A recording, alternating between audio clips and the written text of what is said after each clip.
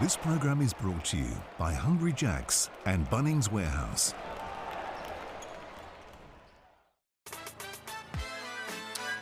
It's been a challenging season for the Brisbane Bullets, no question about that. But the last couple of weeks has started to see some signs of positivity. Greg Vanderjack has got the team playing a different way, and they look like they're playing basketball with a smile on their face. And that man, Nathan Sobey, has been leading the charge for the Brisbane Bullets. Great news for Melbourne as well, with the return of their superstar, Chris Goulding. And speaking of superstars, Rajon Tucker, he made the call before the start of the season he'd be the best import in the league. In recent weeks, we've started to see some signs of what he was talking about. Here we go again. Rajon Tucker has come to play. Rajon Tucker.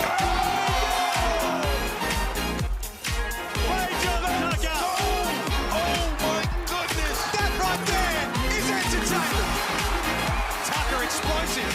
He's having the night of his life. Past Doyle between McVeigh. Oh my goodness, he bodied the team. Ratame's off the back. Oh! Rajon Tucker flies.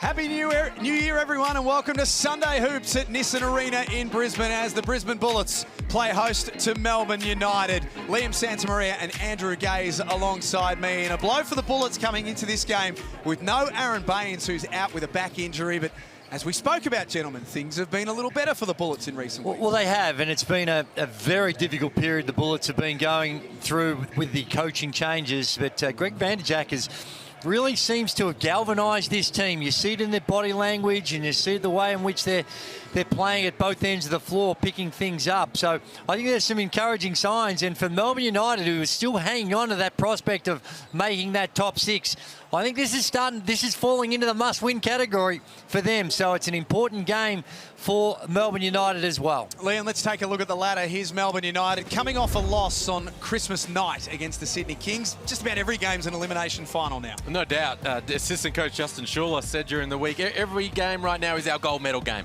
Just got to keep winning to stay that mathematical chance. And the Bullets, 5-13, but as Drew said, playing much better. Looked good against Perth in that win, looked good against Adelaide in that narrow loss. So a fascinating game ahead. Let's get courtside for the first time this afternoon. A former MVP here in the Hungry Jack's NBL. He's had his 3 coffees. He's ready to start 2023 the right way. Good afternoon to you, Derek Rucker. Hello, Jack, Liam, and Andrew. Well, it's a great atmosphere in here. It's already packed out. It's extremely warm, guys. If you see my head shining just a little bit more than usual, that is why. But look here, the Bullets are starting to shine a little bit to themselves, and I agree. Greg Vanderjack has been playing really good basketball. I've paid extra attention in the timeouts to their huddles, and he seems to have a nice command over the team, and we understand that is vital if any team is going to have success.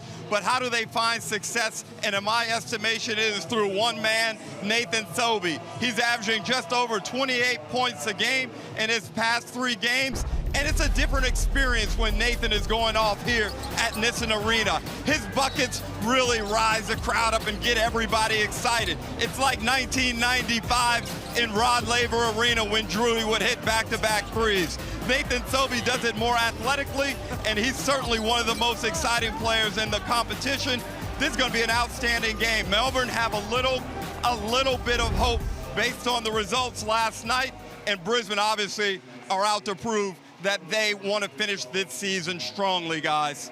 Nicely done, Derek. Thank you very much. Great to have you with us this afternoon. There's Isaac Humphries, Liam. Did a great job. No Aaron Baines this afternoon, so more of a chance for Isaac to protect the rim like he did on Christmas night. He's been outstanding protecting the rim all season, really, but it went to another level in this game on Christmas night. 6 blocked shots. He had the 16 points, the 7 boards, was highly influential, even though they weren't able to get the win. But as a last line of defense protecting the rim, he was big, and they're going to need him to be big again today. Let's take a look at the champion starting 5s, and we start with the Brisbane Bullets, Andrew Gaze. Yes. Things, as we have spoken about quite a few times, things have been better in recent weeks. Well, they do, and I like the fact that Gack comes in the absence of Baines. He hasn't played a lot this season, but we've seen glimpses of what he's capable of, and he's a really good player. White, who's just come into the lineup recently. He's starting to find his feet.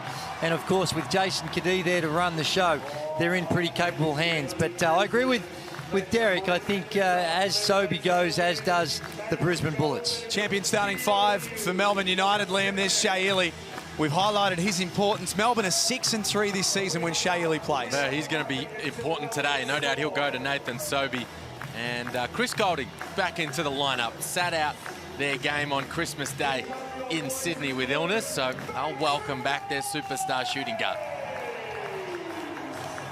As Brisbane make their way out onto the floor at Nissan Arena. Crucial game for Melbourne United. Just to give you an idea of the elimination final element of what we've been talking about, this is partly why. After today, they go to Tasmania next Saturday, and the Jack Jumpers just manhandled Southeast Melbourne. Then they'll go to New Zealand. They'll go to Brisbane once again in round 15. They're away in Adelaide in round 16, and by that stage, Adelaide might be playing for that 5th and 6th spot as well. Away again to New Zealand in round 17, and they'll finish the season at home in round 18. So that is as tough as it gets. Well, it is, and it's those extended road period they go through. But the thing about that is that sometimes when your backs are against the wall, to be on the road, you galvanise, you're together a lot, can be helpful. It doesn't always read right, but this season in particular, we've seen a lot of anomalies, particularly early on. First 7 or 8 rounds, road wins were easier to come by than home wins. Melbourne 2-6 away from home this season. Cadee threw it upstairs for Gack off the opening play. He couldn't finish off. Now Tucker.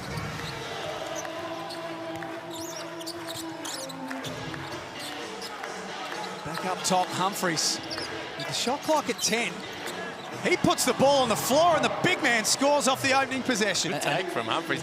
Check the back screen. Well, that's the value. Allows a transition. Gack comes down and tucks it in with 2 hands. But that's the value of when you've got an elite shooter like Chris Golding coming up to set those screens. He went up and had a little back screen, and Dean Vickerman straight away has said, I've seen enough. If that's the type of defensive transition you're going to dish up, we need to have a chat about it. Oh, my. Wow. Well, this is not super unusual from Dean Vickerman. You know, if something is really importantly laid out in the scout or in the game plan on the whiteboard in the locker room, and he doesn't see it in the opening couple of possessions, he'll call a quick timeout, have a chat about it. The finish at one end from Isaac Humphries. Nice. And then the defensive transition, poor. Really poor going back the other way, and Gorjak Gack throws it down. We're going to stay out of this timeout. Derek Rucker's going to take a listen because it might just get a little fruity at some stage, I think. Well, I think we've already seen, I'm not a lip reader, but I could clearly see some of the expletives coming out of Dean Vickerman's mouth. But I think it's these times, you've got to pick your times when you do this, but you're right. It comes down to the points of emphasis, Liam. Before the game, I'm sure they must have been focusing on defensive transitions and with the responsibilities. There must have been a complete and utter breakdown on that one possession to say, no, if this is going to be our priorities, let's jump on this straight away. Just like Derek Rucker jumped straight on that Melbourne timeout. What was said in there, D-Ruck? Well, I can only kind of paraphrase, but Dean said, we can't let that happen again. Obviously, it's a major point of influence. They realize that Brisbane's going to try and get up and down. And again, this is do or die today for Melbourne. So Dean is going to be coaching this thing hard. We know how he likes to go, Drewy, in big moments. Foul on Tucker. And certainly not just the defensive transition, but defense across the board. There we see Tucker trying to fight over the top, and just too handsy. Reaches in, gets a foul. And you're right, Shea Ili, there you see the matchup, him on Sobey. That's going to be a huge one. Tanner Krebs dribbles himself into a cul-de-sac. Now back out to Sobey. And again, they go with the lob to Gack, and it works. Beautifully timed pass. That's the attention. Sobey's drawing off those ball screens and just lobs it over the top. The length, the athleticism of Gack on display here early. Gack has been impressive. Hasn't played a lot, but the minutes he has got can be a little foul prone, but how he works the pick and roll to get to the right spots, the timing when you're rolling is important. And And then we see just a knee-on-knee, it looks like, between Sobey and Shea Illy. Gorjak Gak, there he is on screen. His last 3 games, Drew, where he has been given some more minutes under Greg Vanderjagt, averaging 6.5 points, 4 rebounds and 2 blocks, which all of those numbers are well up on his season numbers. Yeah, and he moves well. We saw in that early offensive transition, he can fly it down the floor, got really good hands, and got a good instinct for finding those spots and getting into the right positions. Has Queensland just picked up more burgers? They have. Code word is hoop. Cheeseburgers are flowing on a Sunday afternoon. Everyone in Tassie getting amongst it. And now the sunshine state of Queensland, code word hoop, cash in. Lovely. Strange old start to this game for Melbourne United. Here's Andrew White, starting to look comfortable. Humphries blocked the shot. Gak couldn't score off the rebound, and Shea Illy explodes through to Golding. Here's Humphries on the offensive glass. He's no good either. And then Sobey throws it away. We've been good. Humphries didn't get the reward with the finish, but the work on the protecting the rim, the speed in which he gets down the floor, picks up the block at one end, and a 3 offensive board on the other. Good start for Isaac Humphries. Well, he's going to be super important, along with Marcus Lee, who's going to check in and play some of those minutes at the 5 spot as well, because a lot more attack on the rim from the Bullets as Illy can't score and Humphries puts it back. Under Greg Vanderjagt, less of a focus on blazing away from long range, more of a focus on guys like Nathan Sobey, getting downhill, getting into the paint, drawing contact just like that. And then as a result, there's a bit more balance to their way they're going about things offensively. As Humphries picks up his first foul. See, they're a pretty clear one as well. It puts Nathan Sobey on the free throw line, and we highlighted his numbers over the past 4 weeks. To be honest, Liam, a lot of it just looks body language as much as anything. He looks like he's enjoying his basketball a lot more at the moment. Yeah, he's in a rich vein of form. There you see the assists per game, 5.7, but the scoring has really spiked up in recent times. 28 points per game over his last 3, averaging 5 boards, 5 assists along that stretch as well. And now Greg Vanderjagt's put the ball in his hands. They're slapping on ball screens and early drag screens and allowing him to make plays. And to be fair, Jack, his body language for a period there, with all the changes and things going on, it was poor.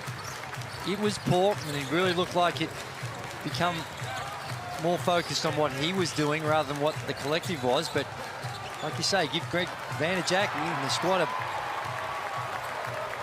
credit for turning it around, and him. Sometimes you look at some tape.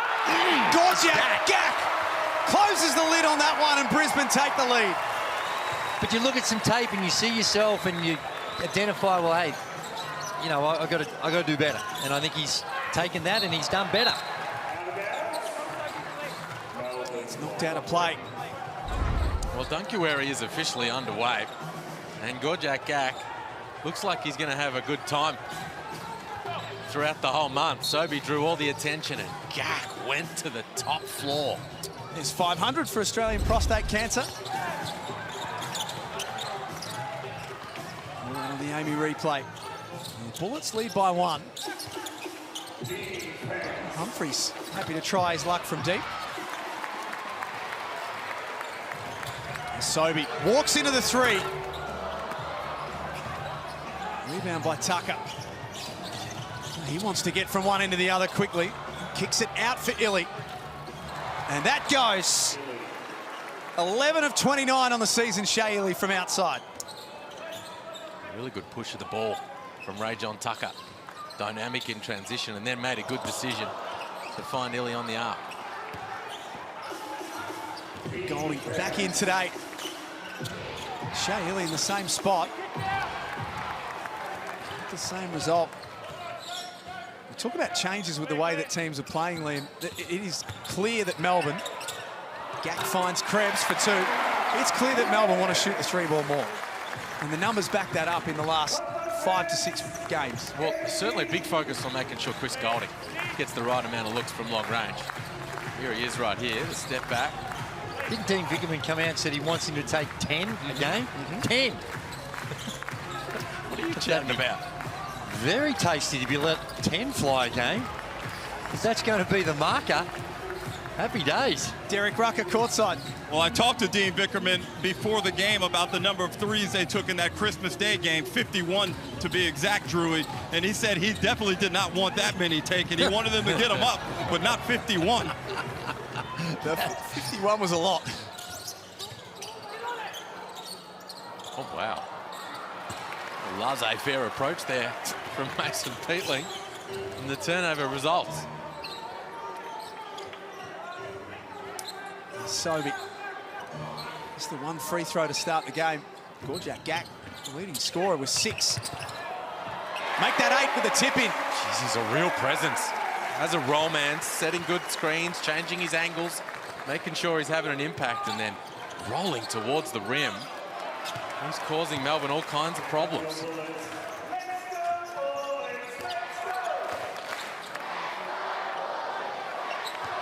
The Bullocks 5 and 13 on the season.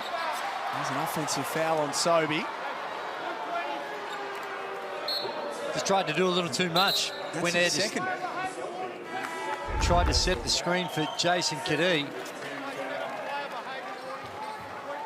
Gee, it didn't look like he did a whole lot wrong there. Maybe didn't see enough of it, but Yeah, just stepped in late, I think, and maybe wasn't established, and he's walking a bit of a fine line here in terms of his temperament.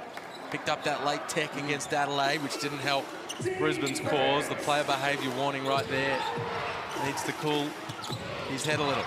Xavier Rattan-May's in for the first time, as is Dave Barlow. Great to see him back in the lineup today. He's missed a couple due to concussion. Marcus Lee, Brad Newley, also in for their first minutes. Golding, that's off target. There's Tyler Johnson for Brisbane, also into the game. His new role coming off the bench.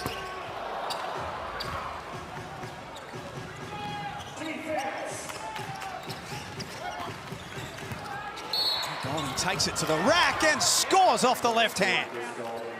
it was nice. He looks a little fatigued going up and down. This is a up and down game. A lot of early shots, perimeter shots. Got Mitchell on him and just used his body beautifully there. You saw just a slight duck in there to create that separation, and a nice kiss off the glass with the left. Now, he missed the Christmas game, missed the Christmas Day game, and because of illness. Yep. So probably had the flu or something of flu-like symptoms. Was very, very unwell from what I'm told. And to recover. Drewy, let me just clarify there. He was very unwell, probably with an illness that we're all very familiar with now.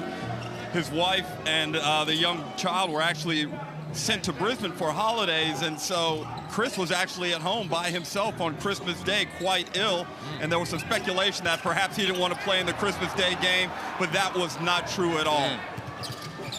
Marcus Lee! Wow. Goodness gracious! Jeez, that was fun.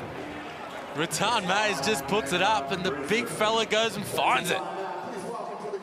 Does he ever? All out of position, and was able to use the right lever.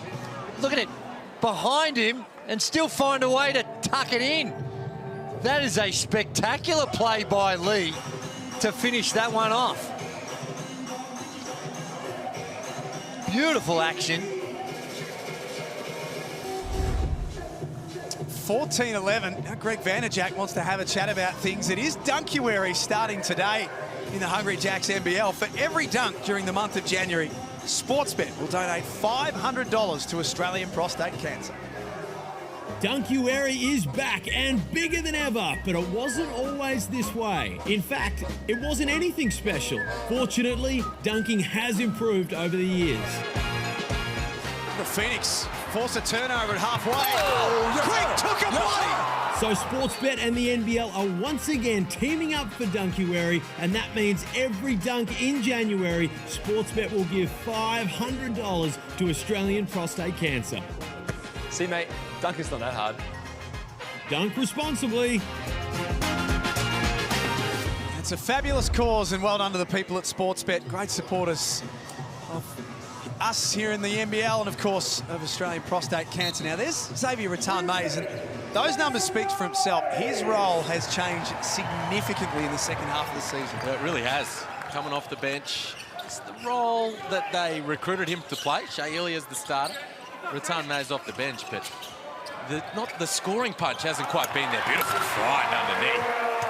Harrison, welcome back. It's just not down. With Rattan-Mayes, it's not about the minutes either. It's about the actual role when he's on the floor as well. I think he's been given pretty clear instructions that scoring is not the priority. Running the team, distributing the ball is where the point of emphasis is going to be. And to me, he may, or they collectively, maybe not exclusively, he may have overcompensated slightly on that because he does have a natural instinct to score.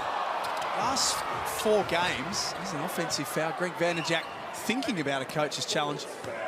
Only averaging 6 field goal attempts a game, Xavier Rattan-Mayes. Now, if you go back to the first part of the season... And a 30-piece, didn't he, against Perth, wasn't it? It was kind of 6 a quarter. Yeah. Here's that illegal screen, was it? little bit of... He just slipped. Contact. They've decided not to challenge it. The Bullets. It's fascinating. Single digits in 6 of his last 7. It's interesting, Drew, if that's the case, if the conversation has been, maybe put it away a little, move the ball, let's get everybody involved, because Dean Vickerman was explicit early on to say we recruited him to be a scoring punch off the bench. Yep. Now, they've been managing all kinds of rotational situations over the course of the season with the games missed by Shea Ili and the like. He played a way bigger role early on, but it's been a tough year for Rattan-Mayes. Just, I'm supposed to do this one week, I'm supposed to do that the other, and never really, they don't seem to ever have been fully able to work out what it should be. It's finished there from Tyler Johnson. Brisbane back in front. Just to put the full stop on that. Watching him Christmas night, Drew, it was obvious that he's second-guessing himself right now. Well, that's what happens when your natural instinct has been, well, I'm a scorer with plays like that. Plays exactly like that, but then all of a sudden you start thinking, well, hang on, the team needs me to do this, and you start thinking about it. You can get into situations like the play before. He got to that nice little mid-range, and you go up and you shot, and you think, well, is this the right shot? Should I be taking it? When you have those types of thoughts going through your head, then it's hard to sometimes knock down some of those more easier ones when you know it's the right shot.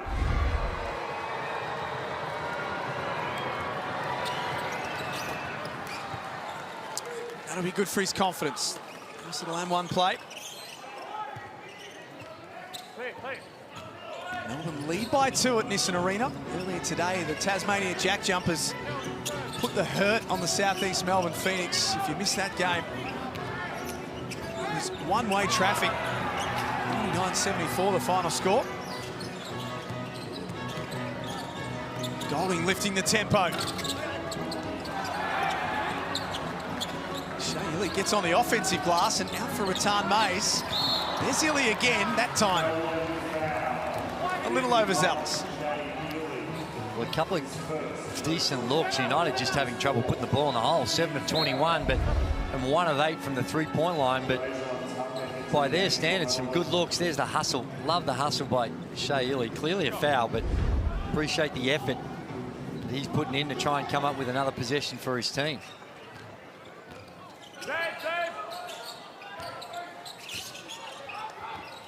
Tyler Johnson feeds Gak. GPS kind of went a little scrambled there. He forgot where he was for a second. Tucker for 3, and that's deep. Well, that was Tucker's first field goal attempt. Played almost 9 minutes. To me, that's a little bit of a flaw. He should not have gone this, shouldn't have taken this long for him to get his first field goal attempt. His last 4 games, Rajon Tucker, 31, 27, 12, and 33. Marcus Lee rolls to the cup. Good finish, too. Good action from Melbourne United. Nice little find from Shea Ili. Perfectly executed pick and roll. Melbourne's biggest lead of the game so far. DJ Mitchell trying to change that. Well, he went down in the block a couple of possessions ago, Mitchell, up against Dave Barlow. So strong, the veteran from Melbourne United, and he found out the hard way how much of an elite post defender Barlow is. So that time he steeled himself to go up and finish through the outstretched hands of the defender. He scored through the contact. Derek Rucker courtside. Well, the last time Mitchell was matched up down here on Barlow, he went to that little turnaround jumper, and Barlow clearly fouled him on the wrist, so it's a bit of correction there. But Liam, let me ask you this: Dunkuary, awesome initiative, but with the number of dunks we're seeing right now, how quickly would Drewy be calling a review meeting tomorrow morning if he were the CEO? Well, they're racking up. They are racking up here in this first quarter, the donations. Very nice. Fantastic course too. Barlow with one on the shot clock. Barlow doing what Barlow does. He can catch and shoot, still, even at his age, more than capable of knocking those down. Well, Tyler Johnson finds a late bucket.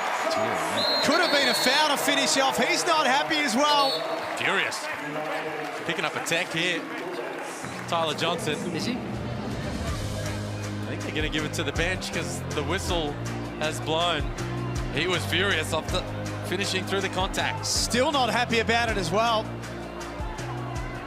High emotion in the opening quarter at Nissan Arena. 22-20. You're watching Sunday Hoops.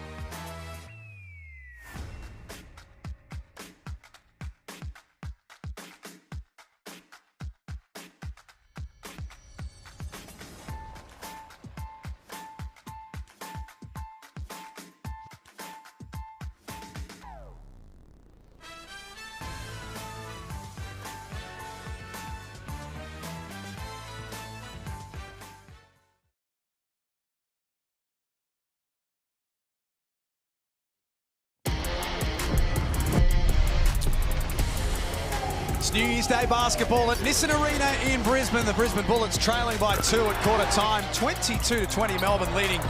Entertaining quarter of basketball. Really entertaining. Closely contested, just a bucket in it. After that opening term, the Bullets had 5 turnovers. Here's the free throw for Chris Golding after the technical to Tyler Johnson. It doesn't go, I don't think it goes against Tyler Johnson. No. I think it's a bench tech, which... because the clock had expired on the quarter. Well, that's right. Still not happy. Well, if I'm Greg Vanderjack, I'm not happy because another one, and I think he gets tossed, doesn't he? Isn't that the rule, William? Not certain about that. Please hold. We'll come back to you on that one. We start the second quarter with Melbourne in possession and a cheeky little free throw in their back pocket as well. Barlow thought about it. Offensive rebound for Humphries.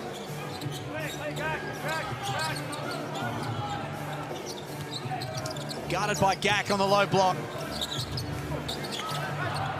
Tucker drags that one down, and Melbourne reload once more. They play through Humphries, and that time he gets the result. Well, the combination of Humphries and what Marcus Lee has been doing has been very productive. 6 to Humphries, 4 to Lee. They're getting a lot of value from that 5 spot. There's Johnson glaring at the referee straight after he scores. Still unhappy with a whistle late in that first quarter. The Bullets cut it back to 3. That's too easy.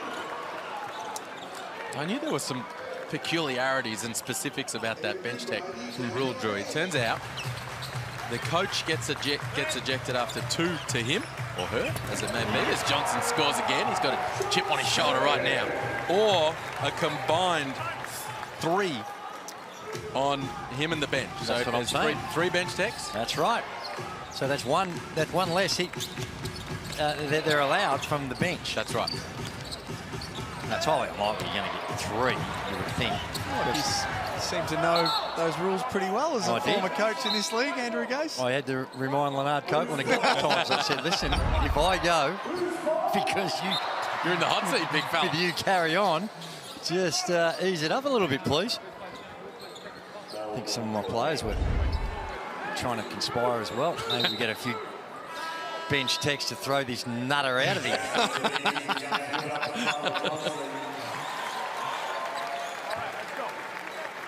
Johnson comes out. Jeez, he's heating up.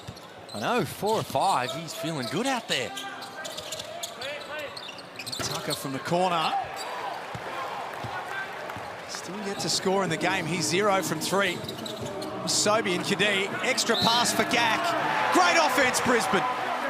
The tempo which they want to play at. Pushing the ball, attacking the rim. And they're up to 50%, 12 of 24. Yet to knock down a 3 ball, but they've only taken 3. Now there's the difference we've seen early on in the season with that ratio. 24 field goal attempts, only 3 coming from the 3-point line. Early on in the season, that was getting closer to that 40%. And what a quarter and change from Gorjak Gack. The only guy in double figures, 11 points, 5 boards, a dime and a steal for Gack early in this one. Sobey picked off the Humphries pass and then had his pass picked off by Tucker.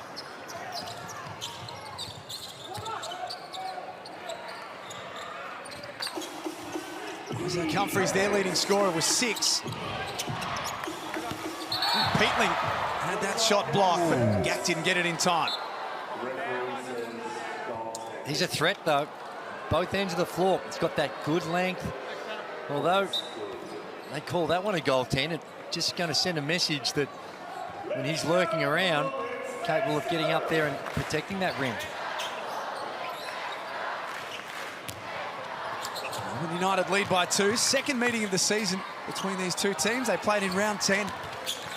Melbourne handled Brisbane that afternoon, 104-88 at John Cain Arena.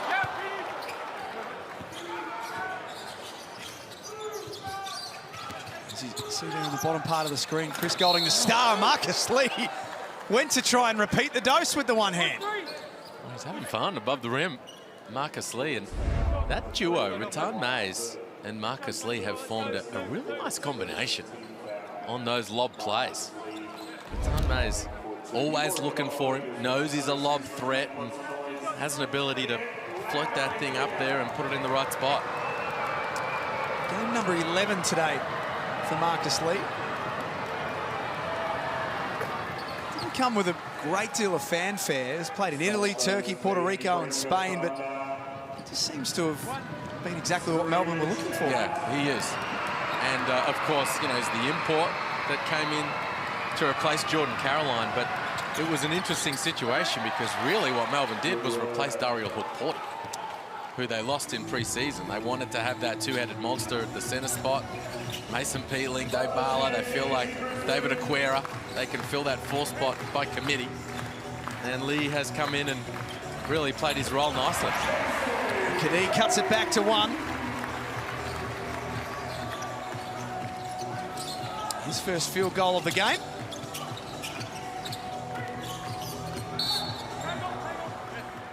Tucker and Tanner Krebs get caught up. And this is something, Drewy, Brisbane's been having some success with in recent times, these last couple of games in particular. Changing up the D, mixing it up, throwing a little zone from time to time. Don't stay in it too long, keep the offense guessing. And they've just flipped it up here in these last couple of possessions. Yeah, they have, and I think that when you look at a team, when they go back, it can be a bit of a gamble, because that's what can happen when you've got guys standing around. And it's either that, when you're standing around, you're not dealing with that cutting action, that nice little backdoor play, but also from the three-point line. And that's pretty easy as well down the other end. Good take from Sobey, and it's the threat of Gak above the rim. Keeps the defenders honest and lets Sobey get to the cup. Oh, Mason Peatley. Not sure he called bank. Do we count that, Drew? We got to count it. We got to count it. I can guarantee he didn't call it. Golding drives and scores off the turnover. Greg Vanderjack has seen enough. Melbourne starting to build some momentum, and they get this out to a game-high 6-point lead. What is, and Chris Golding not settling for the three-point shot. That's a couple of times now he's been able to find his way to the rim and does it well. He's 2 of 5. He's got the 6 points. 0 of 3 from the three-point line, Chris Golding. And when he can get to the rim like that, he's pretty tough. Pre-game, we caught up with Dean Vickerman, and he spoke not only about the importance of this game, but the importance of having all of his team back and available. Yeah, you know, great to have Chris Golding back and Dave Barlow back in the lineup tonight. And, you know, since we've had the full lineup together with Shea Ely and Marcus Lee and everybody, you know, we've kind of only lost the one game. So we're excited to pull this group back together again and see what we can do tonight. You had some results go your way so far in this round. This is pretty much a do-or-die game. Do you agree with that? Yeah, we got 7 to go, you know, and if we can get to 14, 15 wins, we get ourselves a chance to be a playoff team. But yeah, certainly one in the schedule to say, you know, we need to make this move right now and start the new year with playing well. There's no doubt about that. They don't have time to waste, Melbourne United. I like the perspective, though, saying, look, you know, you can't control necessarily how it plays out. And if it doesn't go our way, we're not going to say it's all over Red Rover. They're aiming for that 14, 15 win mark. They've got 9 on the board right now, but at the same time, need a sense of urgency about the way you're playing. And he's right. Since they got all those guys together, they've been playing much better, Melbourne United, and that's what's given them a sniff. Went down by 21 on Christmas night. It was the 3 wins before that over Cairns, Illawarra and South East Melbourne that made it look like things were clicking. Yeah. Certainly one of a number of teams who have come up short against the Kings this season, particularly at home. As Gak tips it in, he's got 13. You need to do a better job of trying to get a body on him. That length, athleticism around the rim, that time really went in there and no one even touched him. Simple put back for Gak. Tucker, 7 on the shot clock. It's caught a foot. Fresh 14 for United from the baseline.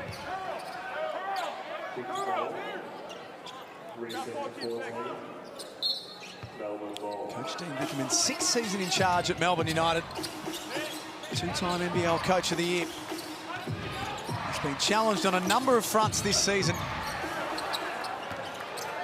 Lead, offensive rebound, out for Golding, and he can't get that to go either. Just 3 from 14 as a team from long range, Melbourne United. The Bullets, meanwhile, not much better. 0 from 4, but making much less of a focus from shooting from long range. What we saw right then, Drewy, is what they're trying to do. Put it on the deck, attack the painted area, put pressure on the defense. Let's get down to Derek courtside. And in that last timeout, Vickerman talked about containing Sobey off the bounce. And then if that's not able to happen, they've got to find Gak. And you've seen these last 2 possessions. One was an offensive tip-in by Gak, and then in transition, Sobey gets to the cup. and now you see wholesale substitution for Melbourne United. Dean emphasized early on, hey, we got to defend, and he's quick to make changes if he sees guys that aren't willing to do so. And as we saw in the first quarter, quick to call timeouts as well, if needed.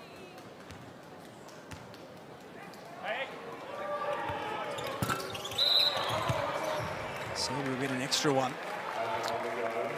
There's Aaron Baines, not playing today due to a back complaint, which is a shame. He's had 36 points and 30 rebounds in his last 3 games. He's had a good little period. Yeah, he's been good. They've made a bit more of a focus of getting it to him inside, and he's been rebounding the ball well.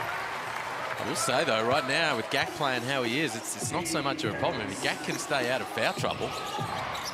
We've got Harrison back into the lineup. He's on the floor right now. That helps in the middle. They've got some coverage for the big fella.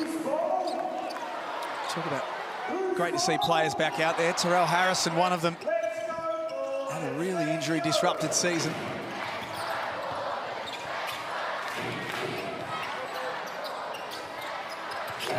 Froling had the size advantage over Golding. No foul called. You got to do a better job just powering that in. That should have been a 2. Made really good position, did all the right stuff to get a good opportunity. Froling just blew the layup. Illy over the top of Harrison. Works himself up to 7 points, and he's now Melbourne United's leading scorer. 4 minutes before half-time. Oh, Froling gave it up. Well, that might just be a lack of confidence. He missed that other one. That time the simple reverse layup for the big fella would have been the one, but wanted to try to find a way to dish it off. Now he's got the job of trying to stop Illy.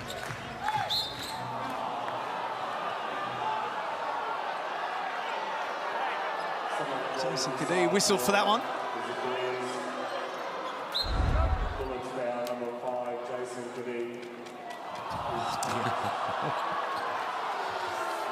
Well, there was a little bit of holding. A little bit. The fans at Nissan Arena have just seen the replay.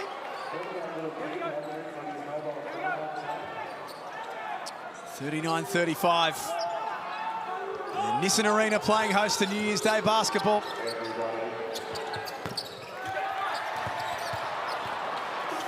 Melbourne once more picking up an offensive rebound. That time it was Dave Barlow, and that's number 8.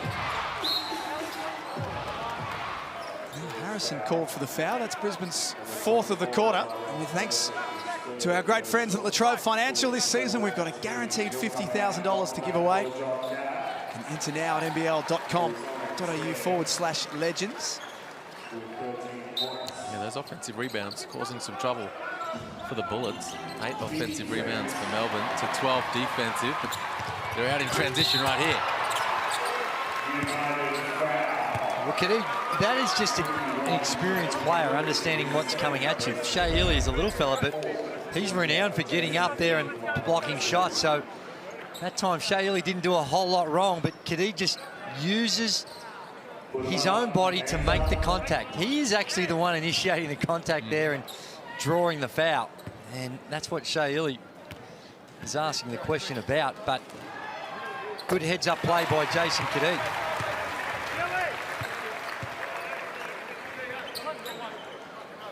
Andrew and Liam, what do you think about bringing Tanner Krebs in right now for Harry Froling and playing with 4 perimeter players and really putting pressure on Barlow and Newley to guard younger legs? Well, it's certainly an option for sure.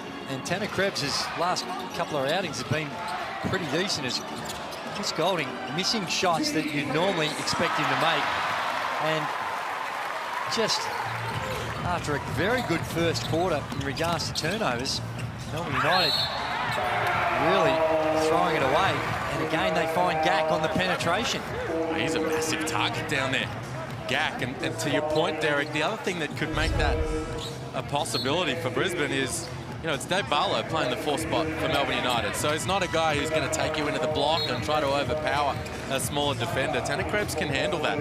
And Tanner Krebs has just checked into the game. I swear I did not have any communication with Vandy. All right, Hang on a second. Okay. Hang on a second. All righty. Something going on here. And just coincidentally, it is Harry Froling who he came in for. Oh, well, what as did well. you just know it? Incredible stuff. Hey, 2023 is going to be my year, Andrew.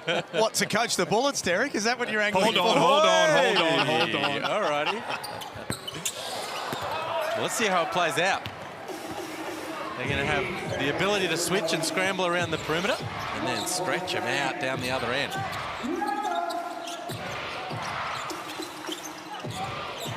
Kadee trying to chase Shea Illy around.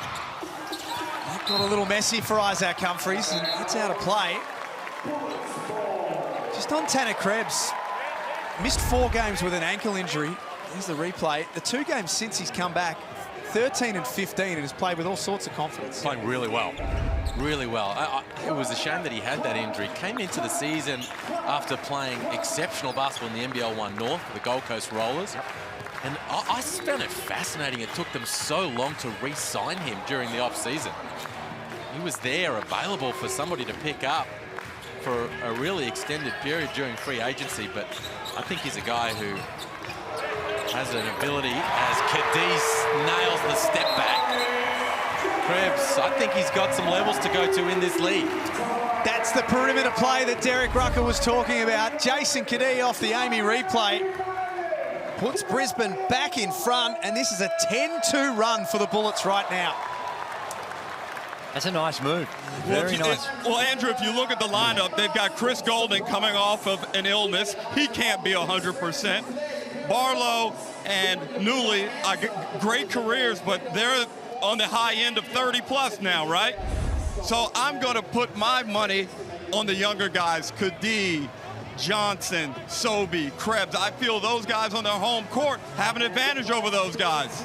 Well, they certainly do, and where they are exposed with those 3 guys in particular is off the bounce. Now, we saw it there on that one with a tough shot. I mean, there was a really tough shot that Jason Kadee can make, but with the penetration that you can clearly see what the Bullets are doing. They've only taken 5 3-point field goal attempts.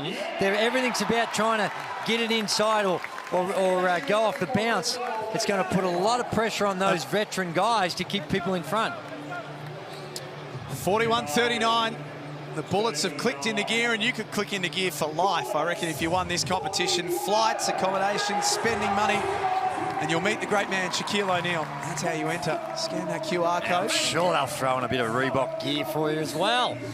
Our man Larry Kesselman running the show with Reebok. A couple of the pumps for the winner. So no one else could get away with that. No, talk it into existence. I guarantee Larry, a couple of pumps, the old ones that Dee Brown used to wear. Oh boy. If one of us said that, there'd be an email tomorrow. But because Drewy says it, oh yeah, all right, we'll throw some kicks. All right, put him in there. Yep. Does he give him a car for another couple of weeks? Golding found a little bit of space. He cannot find the bottom of the net, though. 2 of 9 in the first half, Chris Golding. 0 of 6 from threes. Kadee for Sobey. Oh boy, there it is again. The spread of the floor. The penetration from Kadee and heads-up play from Sobey to move off the ball. This switch-up, instigated by Derek, overheard by Greg Vanderjagt, and then put into action. That's it. Has really just changed the outlook of this first half. Derek's just updating his LinkedIn profile as we speak. Coach Whisperer, now part of the Stop it. Hey, resume. but seriously, guys, one of the things I believe in as a coach is making the other team react to what you do. And I thought for most of the season, the Bullets were reactive. And they were always relying on the other team to determine what they were going to do. When you make moves like this, now look what Melbourne United had to do. They've had to bring Rajon Tucker back in the game and Shea Illy.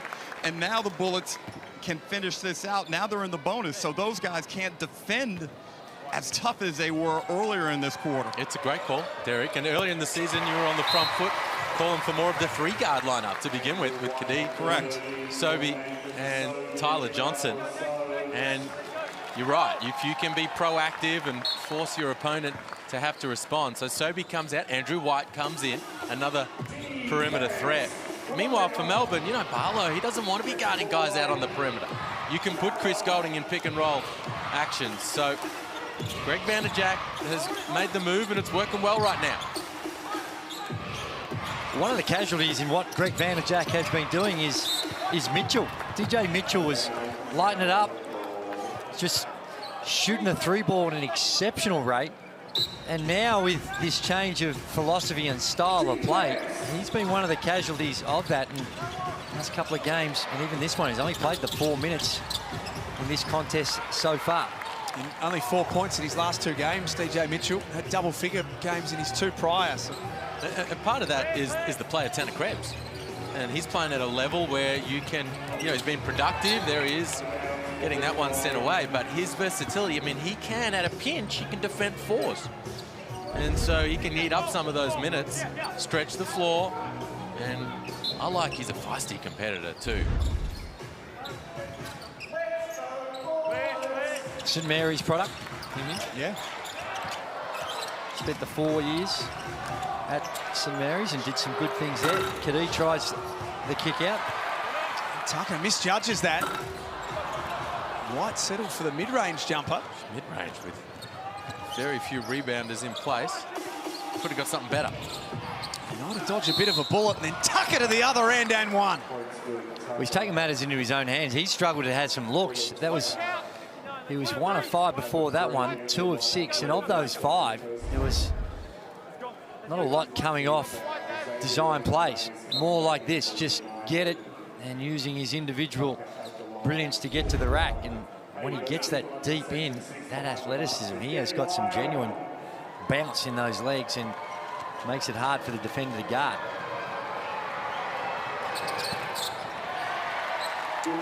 Can't cash in on the free throw though. 40 seconds remaining in this first half at Nissan Arena. Bullets leading by 2. And Kadee slips over. Get the ball back.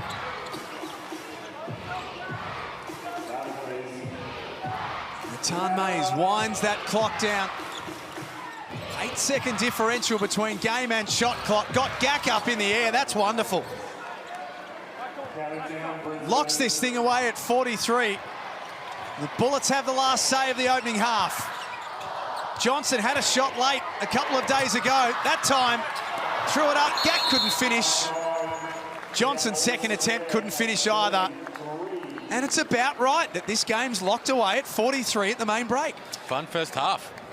43-43. It was a 2-point game, 1-possession game at quarter time. There's been some ebbs and some flows, and we go into the sheds with the scores locked away. Here's Derek Rucker courtside.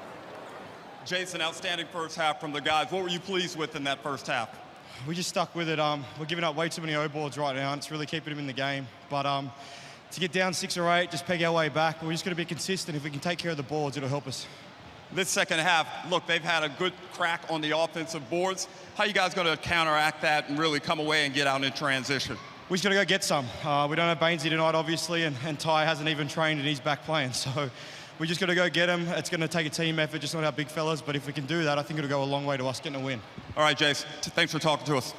Scores level at the main break at Nissan Arena. Don't go too far. We're going to break it all down next. You're watching Sunday Hoops on New Year's Day here in the Hungry Jacks NBL.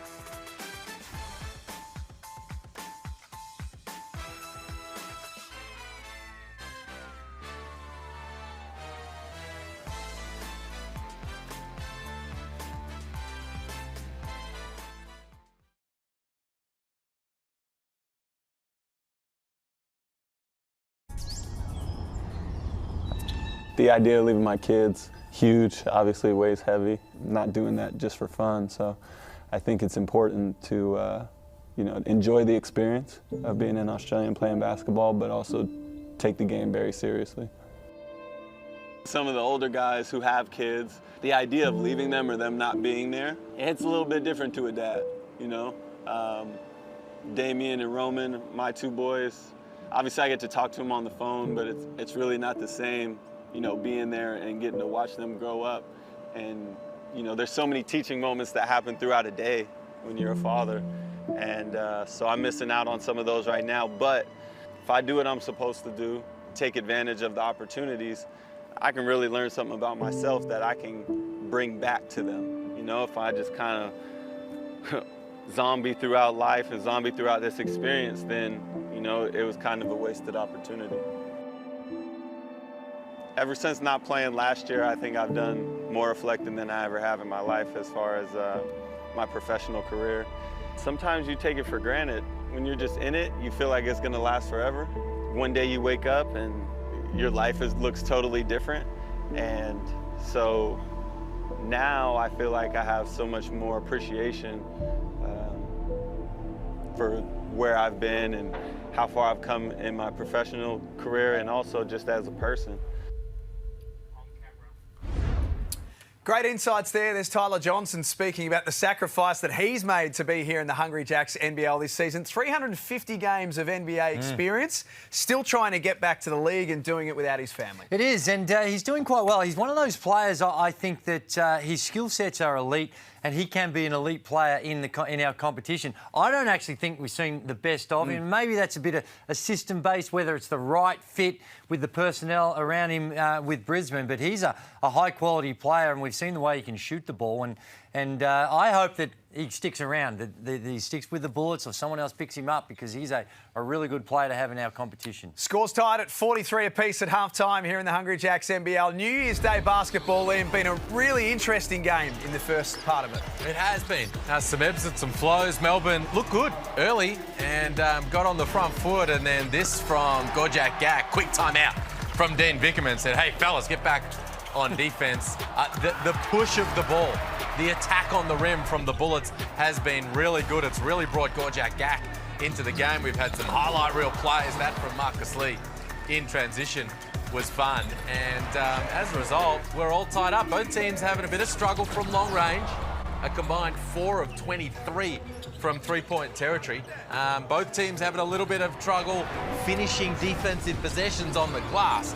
But when all is said and done, it's a tightly contested game, and it's all up here in the third, Drew. It is, and you're spot on with what's going on from the three-point line, in particular for United. We know that they have a conscious effort in the last 5 or so weeks and what they're going to do from the three-point line, but have a look at the number, 3 of 17.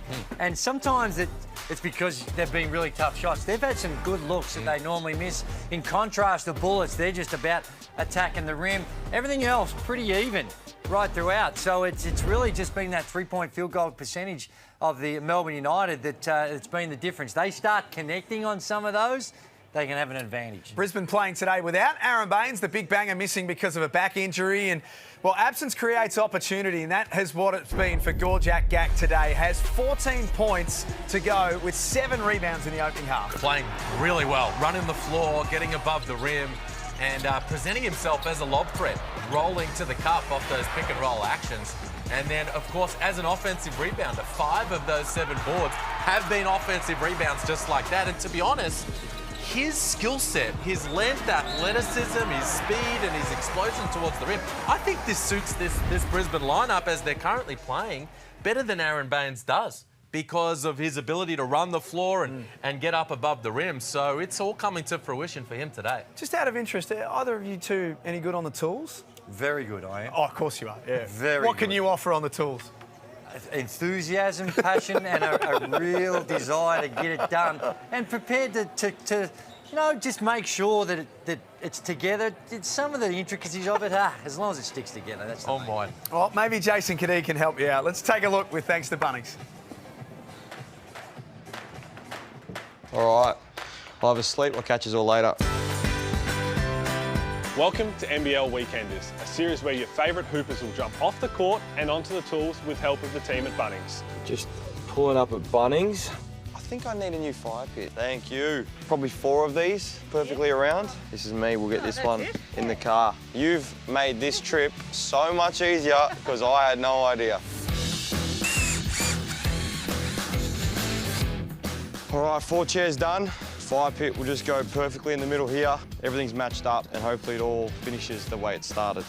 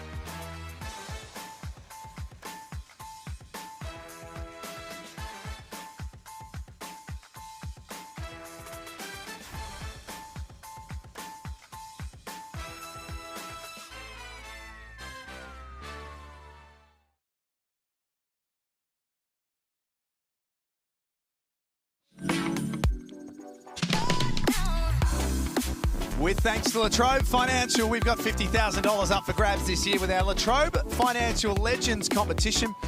Just here are some of the entries from around the country. Everyone warming up, testing out their half-court shot. I think we need to get a camera, go down to one of the local courts, Drewy, and see if we can film you. No doubt. And with 50K on the line, I'm happy to let them fly it from the from the centre line. What about you, Liam? I'll let it fly. I might take a couple extra takes than the big fella. We start the third quarter at Nissan Arena. Offensive foul there. Jack Gack just extended the knee. And that screen off the ball. Chris Golding sold it to the officials. And Chris Golding, spoke about him there at half-time, had some good looks in that first half. 0 for 6 from long range. It's a guy that Brisbane need to make sure they stay attached to. Sobey picks that one off on the baseline. Tanner Krebs, 2 points in the first half. We've spoken about his last couple of games, and how influential he's been. There's Gack, and that's off his leg. It'll be a Melbourne ball. Again, they were looking for the play above the rim. Kadee throws it up. I don't think Gack realised that it wasn't a shot, and got there a little late.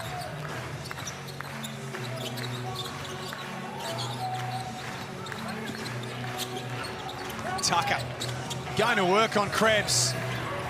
Too strong. Oh, he's the other guy. Just 4 points in that opening half. He had 27 or more in 3 of his last 4. And was a little bit quiet in those first couple of quarters. Aggressive right there. And another turnover for Brisbane. So that's turnover number 12. They're starting to rack up. And Sobey, he's got 5 of them.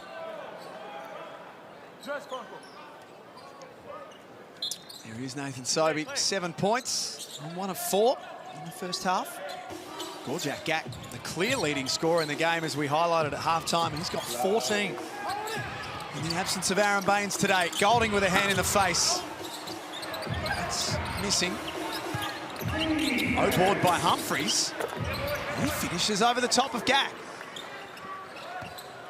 Chris Golding he's not going to shy away from it. When your coach says, I want to see 10 three-point field goal attempts per outing, he's got the ultimate green light. 0 of 7, but he doesn't hesitate in that little step back. It's Kadee with the first points for Brisbane in this third term. Chris Golding, 7 three-point attempts. As Rui said, all of them unsuccessful.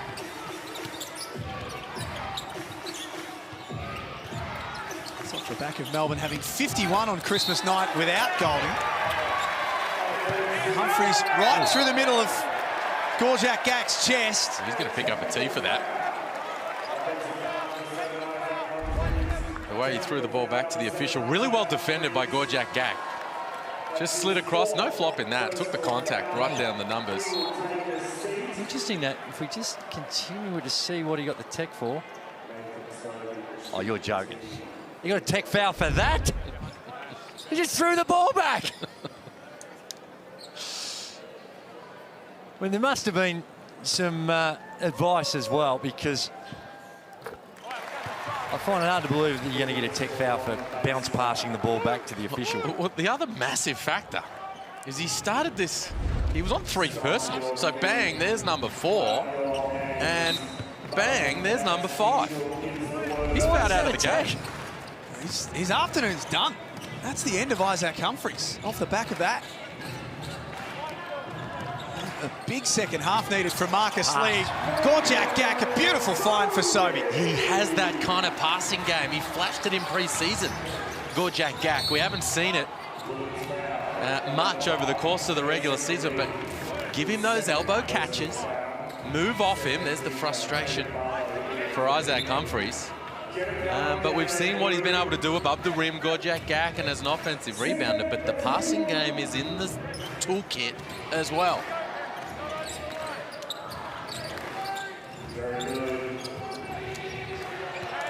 Bullets by 1.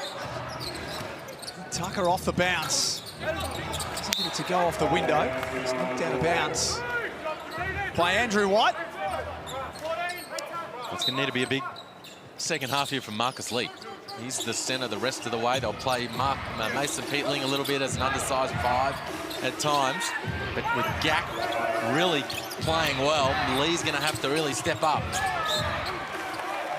Well, they're fortunate to have a really good replacement in the league. They don't, in fact, I can't recall too much where they've actually played them together, no. Lee and Humphrey. So, but Lee, we saw in the first half, runs the floor well, can play above the rim, got that good length, good contest on the board. So they're very fortunate to have a pretty good replacement now that Humphries is going to be sitting on the sidelines.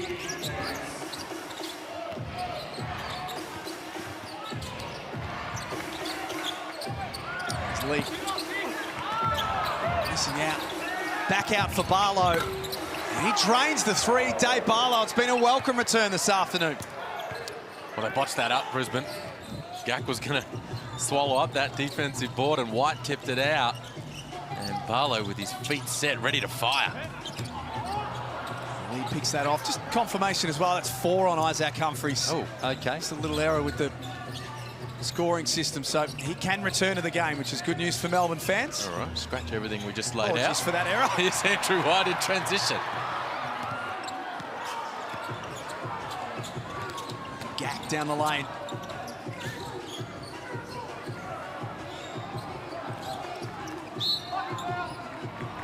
Block call on Golding. Not sure he's too impressed with that one. Here's the Amy replay. Dave Barlow has been doing that for a very, very long time in this league. Plus 40% from long range on his career. That is a whole bunch of three-point attempts that he's knocked down at a very, very healthy clip. DJ Mitchell checking back in. This is Tyler Johnson. It's an offensive foul, so Golding whistled for a block, and next possession takes a charge. Well, the whistles are flowing at the moment. the fellas in green are very heavily involved right here. Here's the slide from Golding, takes the little contact, and he draws the foul on Tyler Johnson. Just Johnson's first personal. Had that tech at the end of the quarter earlier, but it was caught on the bench. Both these teams on 3 team fouls early in this third quarter. Tucker foul. And he and Gack just...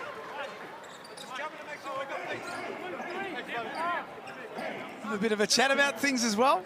It is, and I think they've got to find ways to get Rajon Tucker a little bit more involved. That time they just go straight into a middle on-ball situation, and we've seen when he can get this deep, can be very productive. There's a little snapback by Tucker there that just just got the attention. Thought there might have been a little bit of something going on. What hasn't been there for Tucker today is the 3-ball. He's hit 4 or more in each of those 3 recent games where he's had 27 plus. So that's been a real key to opening up his scoring production. We know the attack on the rim is always going to be there. We know he's going to shoot a bunch of free throws when he's doing that. But he hasn't been able to connect from long range today. 0 for 3 from out there.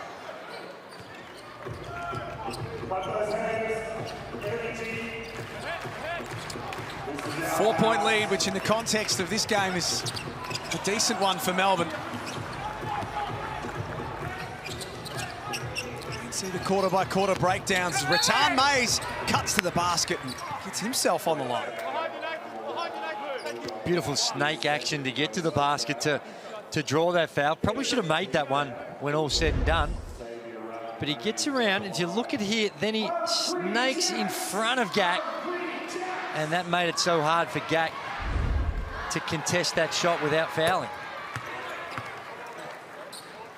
It's an underappreciated part of the game. Screening, but a really good screen. A little punch screen there from Marcus Lee up the floor. Good contact, an angle to free up Rattan Mays, and Melbourne United win the ball back. Offensive rebound off a missed free throw. Well, the O-board's really becoming an issue. There's Hodgie. Is that Luke Hodge? That is Luke Hodge. 4-time premiership player, 2-time Norm Smith medalist, which for those who don't watch a lot of Australian rules football, the best player on grand final day wins the Norm Smith medal. He's won it twice. Champion. My word. One of the all-time great goals in a grand final as well. Let's get down to Derek Rucker, courtside. Both teams have come out somewhat flat in this third quarter, but really Brisbane are not only flat, but sloppy. Numerous turnovers, offensive rebounds given up. This is not the way Coach Greg Vanderjack would have foreseen this going.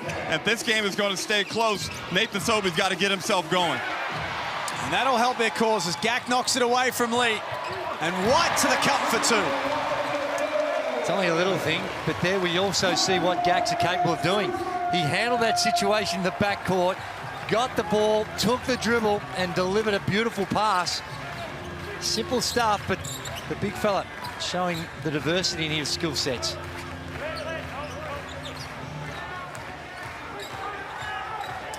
Bullets back within 3. Tucker was open for a while. Rattan May's found him, and he does the rest. Well, there it is, the 3 ball. So things are going to really start to open up for Ray John Tucker. If the defense now has to come out a little further because he's feeling good out there, the lane's going to open up as Gack continuing to do yeoman's work under the rim.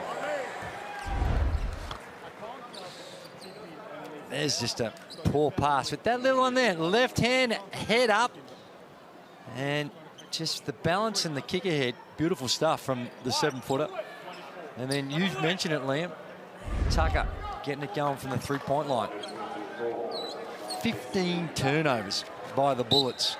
Derek spoke about how sloppy it's been. That is just way too many for a team that, in general, can be very sloppy. They lead the league in turnovers. They average 15 per game. They've already got 15, and we've still got a quarter and a half to go. Late clock for Mitchell. He's made a mess of it and gave it up. Like that's 16.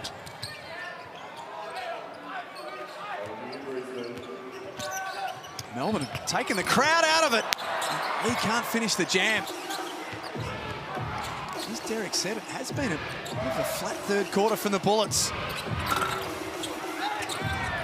Golding short on the 3 earlier today. The Tasmania Jack Jumpers absolutely smashed Southeast Melbourne on their home floor, 99-74. A depleted Southeast Melbourne, we should add. Golding lays it up. Good timeout, Greg Vanderjack. Really poor defensive transition. Chris Golding just taking advantage of the fact the Bullets jogging back and getting an easy 2 and extending this margin out to 8. 11-2 run right now for Melbourne United. You can see Chris Golding there still feeling the effects very much of his illness, which forced him to miss Christmas Day. Hands on head as he walked to the bench. He's willing himself into this game. Pretty easy crossover dribble to get to the cup as well. Tyler Johnson needs to do better in guarding the ball and taking away that penetration. Well, they were the 2 guys, Golding and Tucker, we identified coming out of half-time had been quiet. And they really are the primary scoring threats for this Melbourne United team. So Brisbane need to re-establish themselves at the defensive end. We know how it's gonna help them flowing the other way if they can get some stops. But if Golding and Tucker get going, this thing could get out of hand. 8-point lead to Melbourne, and thanks to the great people at MG, we've got a ZS EV that we can give away. That's how you enter. Have you driven one of these before? I'm driving, I think, that exact vehicle. That's the one. The colour, it's got the sunroof, it's got all the bells and whistles you'd ever want. Most affordable electric car on the market. Actually, you might want to check that, but I believe that's the most affordable fully electric car on the market, and it's got all the sexy features that you see in the vehicles that cost a lot more. Your arousal levels when you step in? Extraordinary.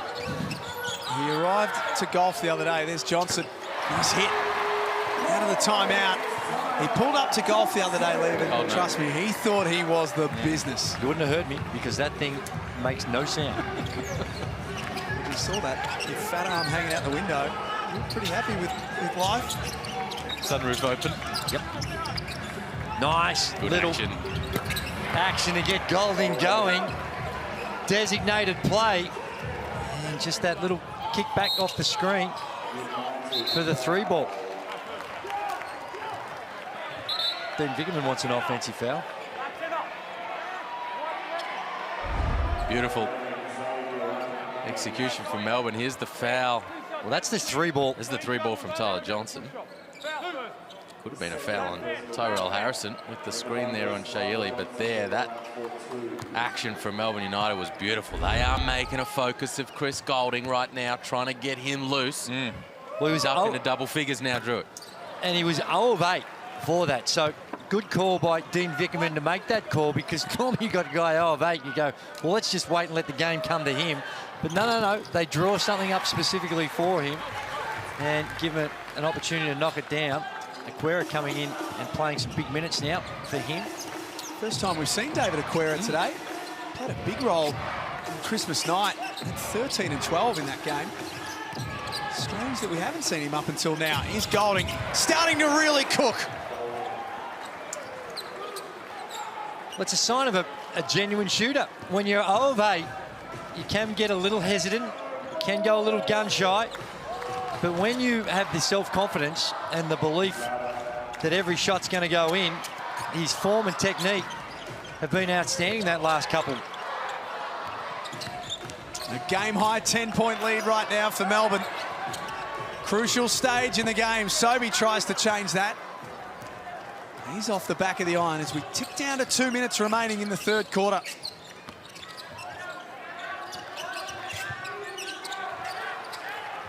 White knocks it out of the hands of Golding. Now 9 on the shot clock. They play back through him. Oh my! Wow. Well, this is what happens.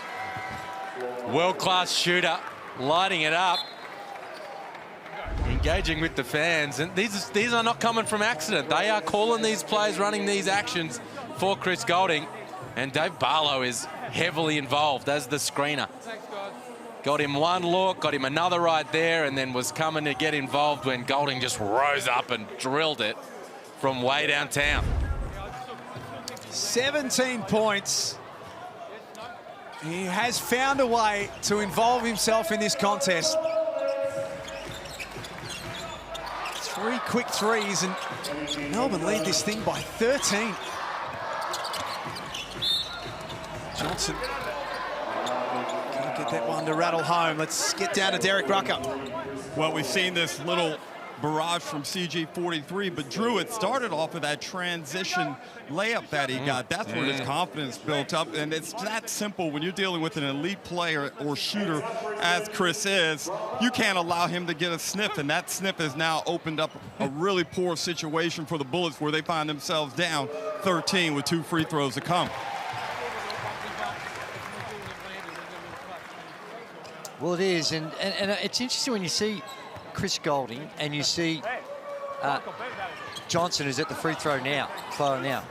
Tyler Johnson's made 60, 70 million bucks across an NBA career, and really the skill sets are not that much different. It just yet again demonstrates being at the right place at the right time, and there is someone that's super white hot right now, but unfortunately there was a little bit too much of an effort, I think, to... I might have found Krebs on pushing the screener here, then the ball is kicked. By the time I blow the whistle, has the ball been released? Forget about the foul is over here. Yes. Right. On the curl, he hasn't probably caught the ball yet before the push. So no basket. No basket. No basket. We wave the basket. That's not blowing. 17. Well, it's good logic by Michael Allen, the official, but... Can we have a look? Yeah, is it that clear-cut? It is very logical of what he's saying. There he is there. Was he in his shooting motion, Drew? Well, where's the foul? Well, he's called a foul on Tanner Krebs, pushing the screener. He just ran into the screen. Meanwhile, Golding was knocking down a 4th straight triple. No. That was waved away. Where was the foul? Well, he plucked one out of nowhere, Drewy. Okay. I didn't know whether I was looking at the right thing or not, that's all. And that's... he's going to call his Jets. See, but we want to see Chris Golding knocking down that 3, which he did do. Let's go again.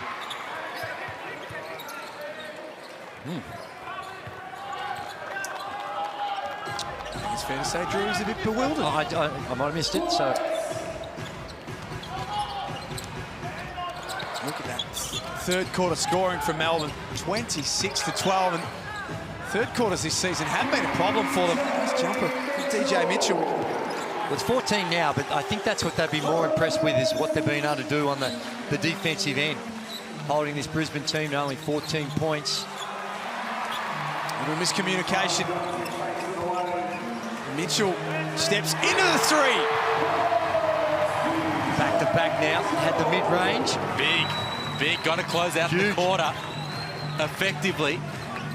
And what was looking like becoming a really tricky margin for the Bullets is now back into single digits. Quera left open.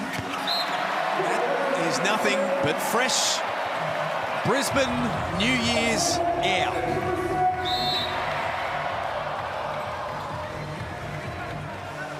check back out. Aquero was thrown in a big moment after not playing really in that first half at all. And the dejected look on his face as he strolls to the bench. Big couple of possessions here to close out the third term. They might try it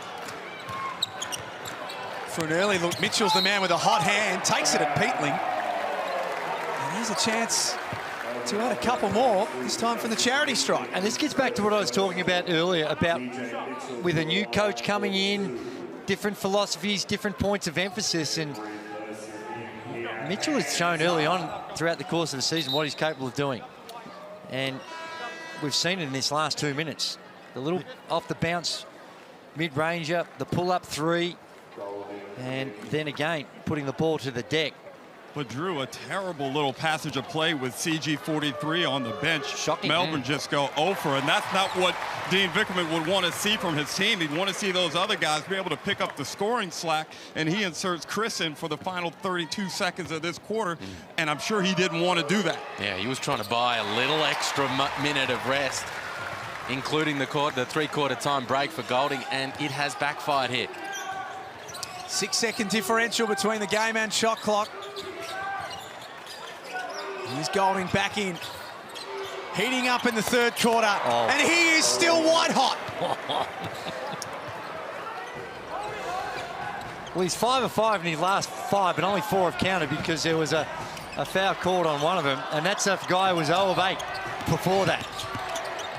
Brisbane looking for one more bucket, and Johnson finds his way to the cup. May this continue going into the fourth quarter. 72-64. Melbourne United leading the Brisbane Bullets on Sunday Hoops.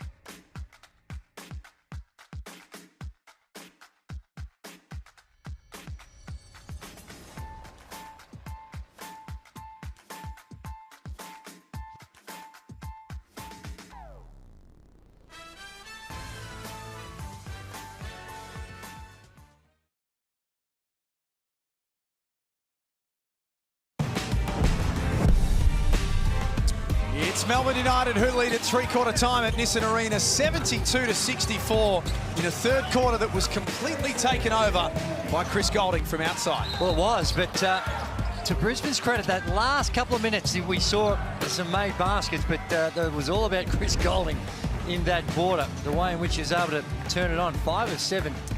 This is all in this third period. And as Derek mentioned, he made that little crossover layup. And from that point on, he went on a tear and lit it up from the three-point line. Some work to do for Brisbane in the fourth. Tucker whistled for an early foul. The other thing there that I think, Liam, is worth pointing out of that highlight, Chris Golding didn't play on Christmas night. Was extremely unwell, and that was only a few days ago. I think we can see he's still far from 100%. Well, he was quiet in that first half, but certainly just exploded in that third term, and they just continued to go to him. Melbourne United not going to lose confidence in their star scorer from the perimeter. We spoke about Ray John Tucker as well. Here he is on the attack, trying to be aggressive. Can't finish there, and Humphreys can't finish either. But Tucker and Golding, after being quiet in the first half, combined for 21 of Melbourne's 29 in that third period. Gack puts it back in. 16 points now for Gorjak Gack, I should say, a career high. Well, they're running away with it, Melbourne United. And this has been a really good turnaround by the Bullets, the way in which they've been able to weather this storm.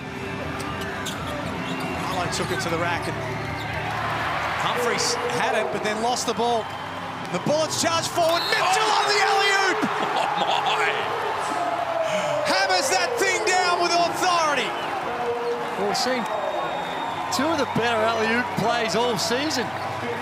In the first half, it was Marcus Lee in transition, and this time, a great pass and a finish with the N1. Shea Ili goes up, and Mitchell still able to keep control and throw it down with the two hands. Home fans love it. It's $500 with thanks to Sportsbet as part of Dunkery. That should be almost worth my. two. Oh, where would Melbourne United go? That's two back-to-back offensive rebounds off the free throw. Off the free throw. Krebs and then Gack, and it's a one-possession game. They've scored the first 6 points of the fourth quarter, and they've done it quick, Brisbane. That will settle things for Melbourne, thanks to Dave Barlow. He's having a good impact out there, the veteran. Setting timely picks for Chris Golding to get him open. And he's knocked down a couple of three balls as well. That's 11 points on his first game back. As Johnson tees off from outside. Melbourne happy just to take a bit of pace out of this game. Frenetic start to the fourth.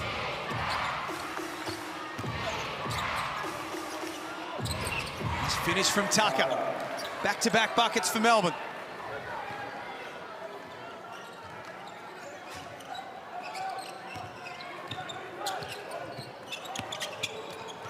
Gack off the give and go from Johnson. A bit of help arrived, and that was just enough to force the error. And Tucker wants to get to the other end quick. Nice pass inside for Marcus Lee. Well, the attack from Ray John Tucker causing Brisbane problems right now. It's coming at him from all angles. Chris Golding from long range in that third quarter, and Tucker now off the bounce. Attacks the D, draws the help, finds the big fella underneath. Gee, again, it's Johnson with that defense on the ball. Wasn't a lot there. 9-point lead to Melbourne United. Some free throws when we come back from this timeout. It's been a game of runs to start this last quarter. Yeah, it sure has. Brisbane came out of the gates fast to begin this final term, and the response has been there from Melbourne United, extending the margin back out to 9, so a chance for the Bullets to chat through it. And that guy at the back of the huddle there, Nathan Sobey, is an interesting one. He's been a little quiet today, 10 points. He's got the 5 turnovers. He's had a bit of a frustrating one at times. He's been sitting on the bench an extended period throughout that third quarter, the start of the fourth. What kind of impact can he have when he checks back into the game? Brisbane's leading scorer, Gorjak Gack, has 18 points and 11 rebounds. Tyler Johnson with 15. Chris Golding is the leading scorer for Melbourne. He has 20.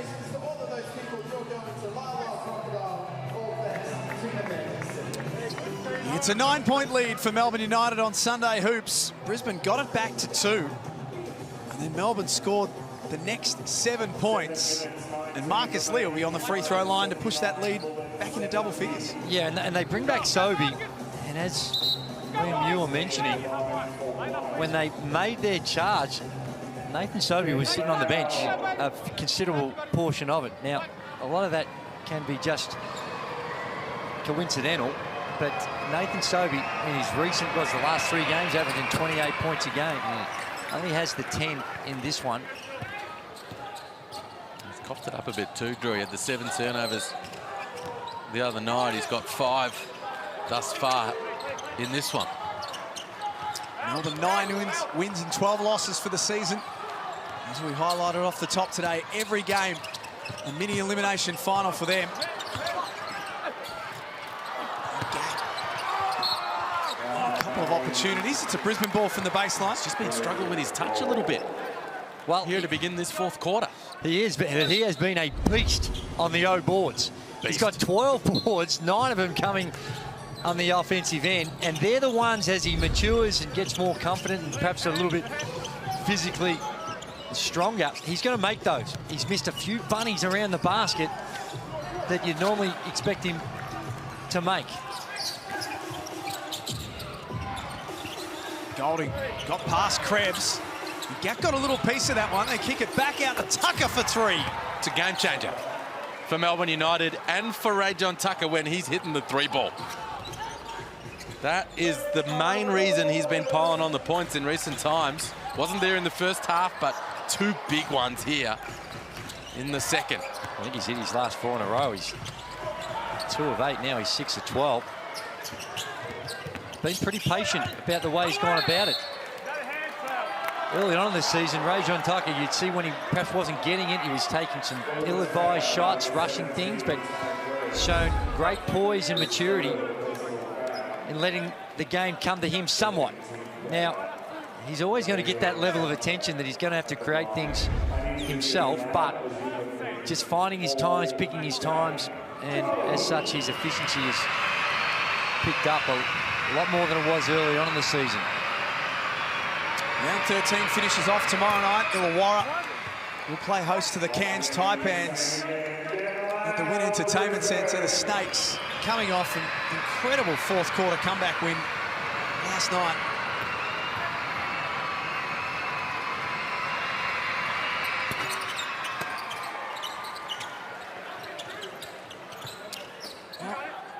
Still 6 minutes to go, but it's go time now for Brisbane, really. What did they get? It was 72-70. They've reeled off the last 13 straight.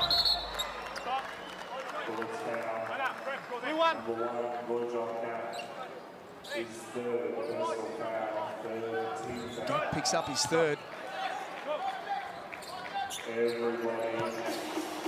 13 unanswered points from Melbourne United. It's a winning move from the visitors.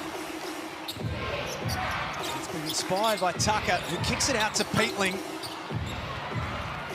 That one is long.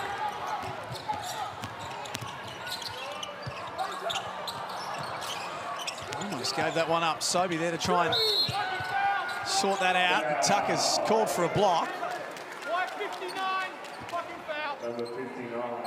Tucker imploring Dean Vickerman to challenge. Here's the attack from Sobey. The help comes from Tucker, and I reckon they'd win that.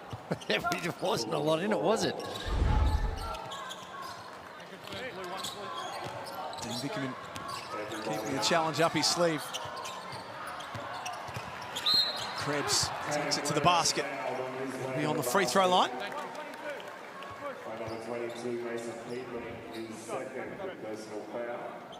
This game quickly got away from the Bullets. Man, they were right in this thing. Really tightly contested first half.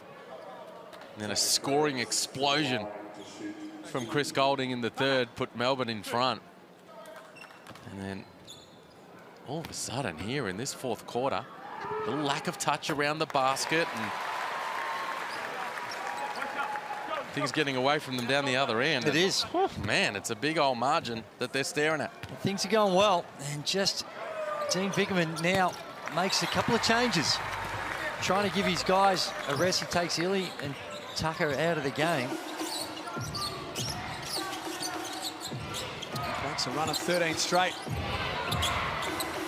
There's 2 for Rattan Mays. He's quietly worked his way up to 8 points. Highlighted that new role of his coming off the bench. I think he struck the balance pretty well in this one, Rattan Mays, in that role. He's got the 5 assists as well. So the facilitating's been there, the lobs to Marcus Lee, those two combining, both coming in off the bench, and then taking his opportunities to be aggressive and put some points on the board.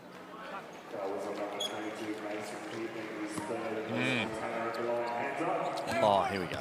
Yes, please. I mean, honestly, how many trips away can you give to the United States? And all you have to do is go in and purchase a scrumptious Whopper. Scrumptious.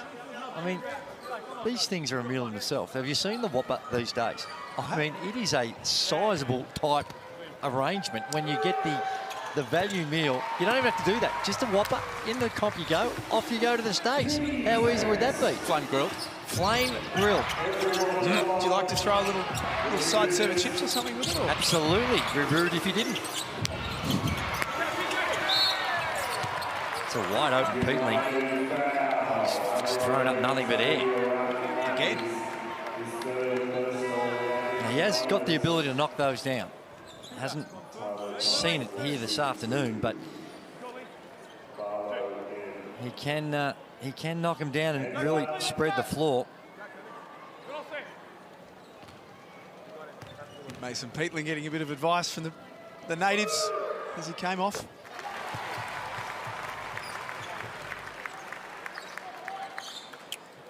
Where's it fallen apart for Brisbane, Liam? They were within 2 at 72-70. Yeah, that. I mean, I think the game got away from them there with that Chris Goulding explosion in the third quarter. They fought really hard to get back into it. And then Melbourne have just continued to execute. Rachel Tucker's been really good in this fourth quarter.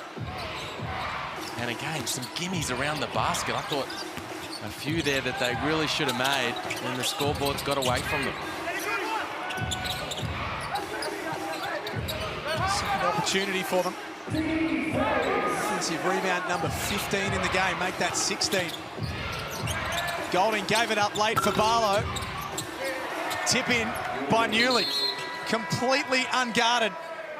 As simple as that. Well, it's 17 offensive boards.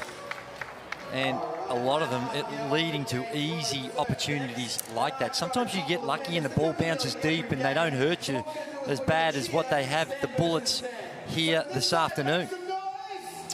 89-75, and it was that third quarter explosion that Liam Santamaria called it from this man, Chris Goulding, that changed the game. Yeah, he was. You just got a sense it was threatening at halftime because he'd been cold. He was 0 for 6 from long range, but he'd had some good looks. And then they continued to go at him. Melbourne United, he got that basket in transition, and then these ones. One off the Barlow screen right there.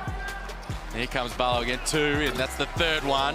Celebrates with the Bullets fans, oddly enough. And here he is with the 20 points. 6 at halftime, 20 now, 14 in the third quarter, as he lit the place up and put Melbourne out by double digits. So it was a game-breaking performance by him in that third quarter, and it was really, for me, the key difference in this ballgame. And all those reds from beyond the 3, they all happened before the yellows. He was 0 of 8. And then I guess the stats don't lie, and then eventually you keep throwing them up and you'll level out to where you can shoot it. And his career is around about 40%, I believe. Something like that. So he's got that self-belief and gets it done. Well, we're talking about the offensive rebounds, Drew, from Melbourne United. 18 offensive rebounds to Brisbane's 19 defensive. So almost 50%. That's a massive percentage to be pulling down. And that's the risk you take sometimes from a Brisbane perspective, as Sobey bricks that one from range, when you go small. They've got the offensive foul on Gak. Easy call for the official. It worked for them in the first half when they went to the 4 guards and the 1 big. But Melbourne's size and their effort on the glass eventually in this second half has put them on top. How much of that stat count can be attributed to not having Aaron Baines today? Well, not all of it, and certainly not defending it, but... No, and Baines has been averaging, what, 8 or 9 rebounds a game, so you certainly miss him in that department. But when you go through all the checks and balances of what Gak's been able to provide, now he's been able to do that on the O-boards, where he's got 10 of them, 13 in total, but 10 of them offensive. And there's a push-up, so an offensive foul. And really, right now, it's last roll of the dice stuff for the Brisbane Bullets. There's Bainesy, who's out with a back issue. Hopefully a short-term one. Brisbane's next engagement is Thursday. They'll play host to the Cairns Taipans. Melbourne will be in action next Saturday against the Jack Jumpers, who were winners earlier today. 99-74 over Southeast Melbourne.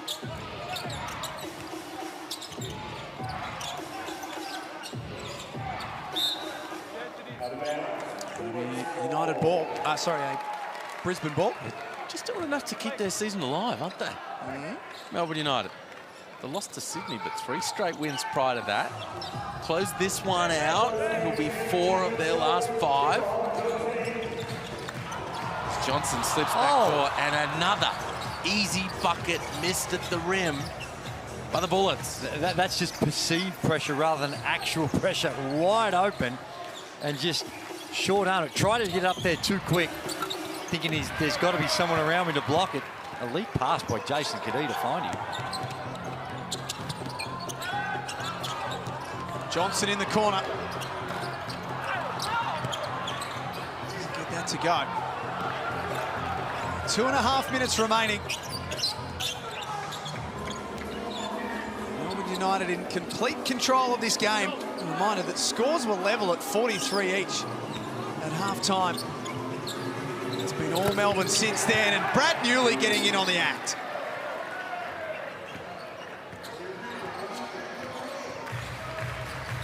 Well, even more stark is the fact that it was 72-70 as Nathan Sobey hits one. Tom Mays wants that review.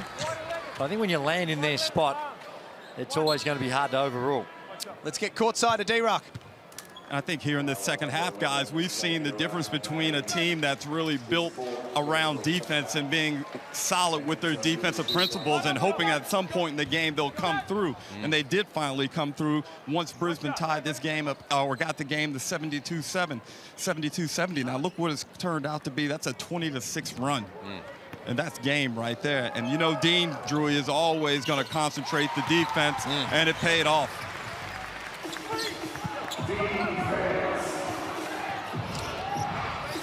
It's a 13-point margin. Reminder tomorrow, last game of round 13, Illawarra and Cairns. You won't have to wait long. We've got a double header on Wednesday. Golding the fine for Marcus Lee. It's all opening up for him to close this one out. The Bullets step and a half off the pace here at the defensive end. And that's what happened when you got a white-hot Chris Golding. They have 2 guys jumping out to take away the 3 ball, and no weak side or third man rotation on the roller leads to the uncontested dunk.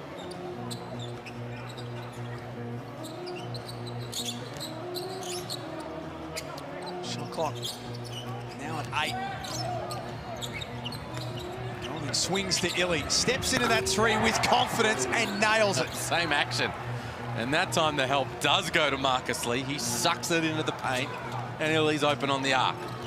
So this lineup that they've got Brisbane on the defensive end, I don't know why they're just not switching everything. They've gone small right across, and they're jumping out and allowing the roll-off and relying on the rotations, but just switch everything and try and wall the roller rather than giving them a free path, rolling action to the basket.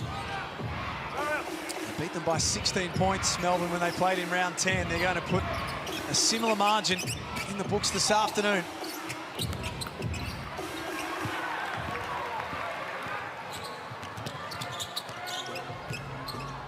Sobey doesn't quite have the same opportunities in this one as Mitchell. For the jam, and Golding got him over the back. Yeah, they managed to just keep a lid on Sobey's influence. Good pass there, setting up the roll man at the rim. But, you know, he's been in spectacular form in recent times, Sobey. We talked about how Brisbane have been looking better. Sobey's been a massive part of that. Really the head of that snake. Scoring at an elite level. And today, with Shaylee, Rajan Tucker, these kind of guys shadowing him every step of the way, has never really been able to open it up.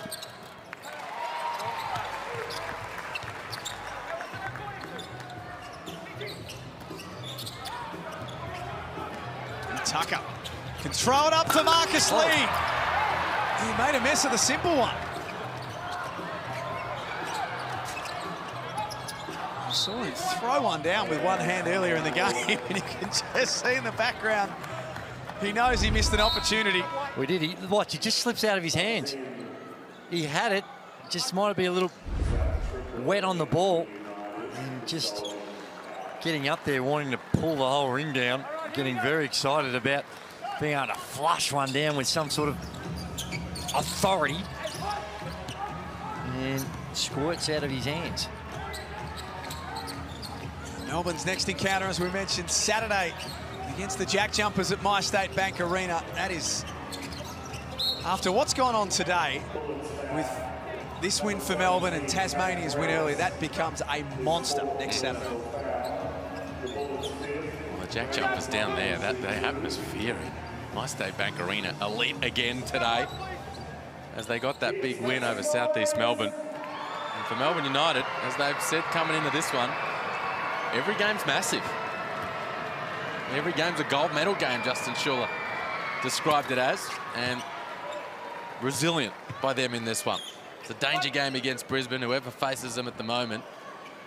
And Melbourne, it was threatening to go the other way at times, and they really responded in that third quarter and again in the fourth. Well, when you get 16 up and all of a sudden it gets back to 70-72, that's when the real test kicks in, and they responded well. They responded well with some really good offense, but they were able to just to take their defense to another level. And in fairness, probably some poor decisions by Brisbane and some missed opportunities that you really need to make. Is it too big a mountain to climb? Drewy, Melbourne, they win this, they go to 10-12. Well, they've got the talent. I don't think there's any doubt about that to be a top 6 team. In fact, they should be a top 6 team. Now, they've had their challenges throughout the course of the season, but as has every team. And I think it's an uphill battle, but I wouldn't put it beyond them. The question is, if you're going to put them in, who's the team that's going to falter? Triplet with a late three to try and finish it off. They cannot afford a slip up between now and the end of the season, Melbourne. And they hold their nerve in the second half today. Winners 99-86. Their playoff chances remain live. Kept it alive, Melbourne United, and it was Chris Golding who really broke it open. All tied up there at halftime is the Foot Locker player of the game. 20 points, 14 of those in that third quarter when he hit 4 triples and completely changed the game. And they had others step up to the table as well. They had 5 different guys in double figures. Golding leading the way, the game-leading scorer with 20. United go to 10-12 on the season as they win today at Nissan Arena by 13.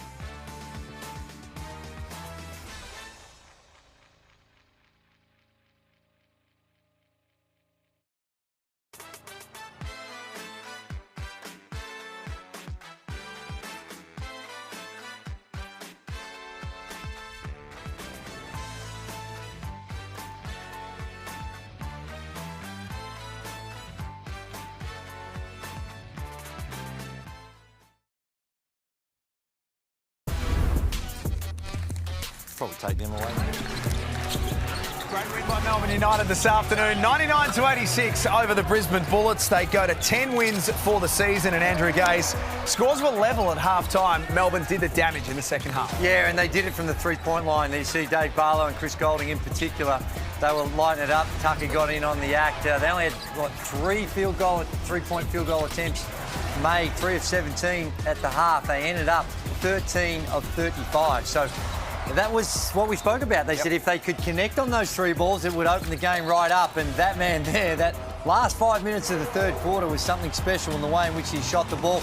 Brisbane, to their credit, they got down, but they stuck with it.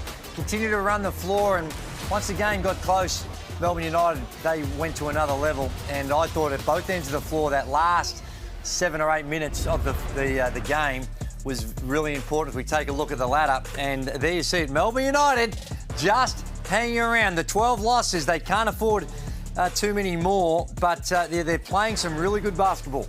Their next game is against the Tasmania Jack Jumpers next Saturday, so you can see with a final 6 that we're playing for this year, rather than a final 4, we mentioned they can't afford many slip-ups, Melbourne. They're still very much in the hunt, no doubt about that. Oh, for sure. And they don't have any margin for error. We reckon probably 14 and 14 may get you there. 15, I think, you're going to be in a really good situation. So only haven't got much margin for error as far as the losses, but their form and the wins and how they've been going the last 5 games, they're in good shape. That sees us out for Sunday Hoops here in the Hungry Jacks NBL. Happy New Year to everyone on behalf of Gazy, Liam, Derek Rucker, and our team behind the scenes who are the best in the business. Thanks for being with us tonight. We're back tomorrow for Illawarra and Cairns to round out round 13.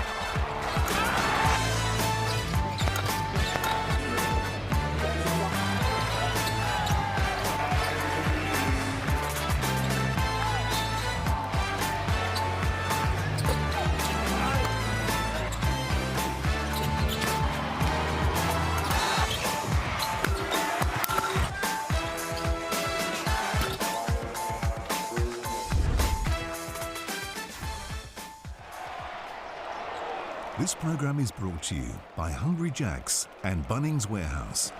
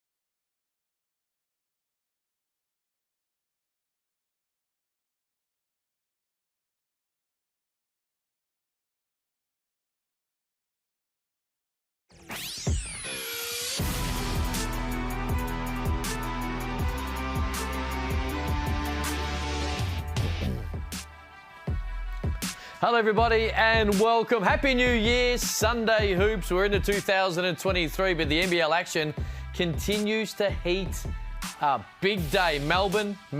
2 wins, but one in particular. Well, I apologise. The JJ's belt CFS Melbourne Phoenix, but they're the story. Melbourne, there you go, belt Brisbane. I'll get it right. I'm tired.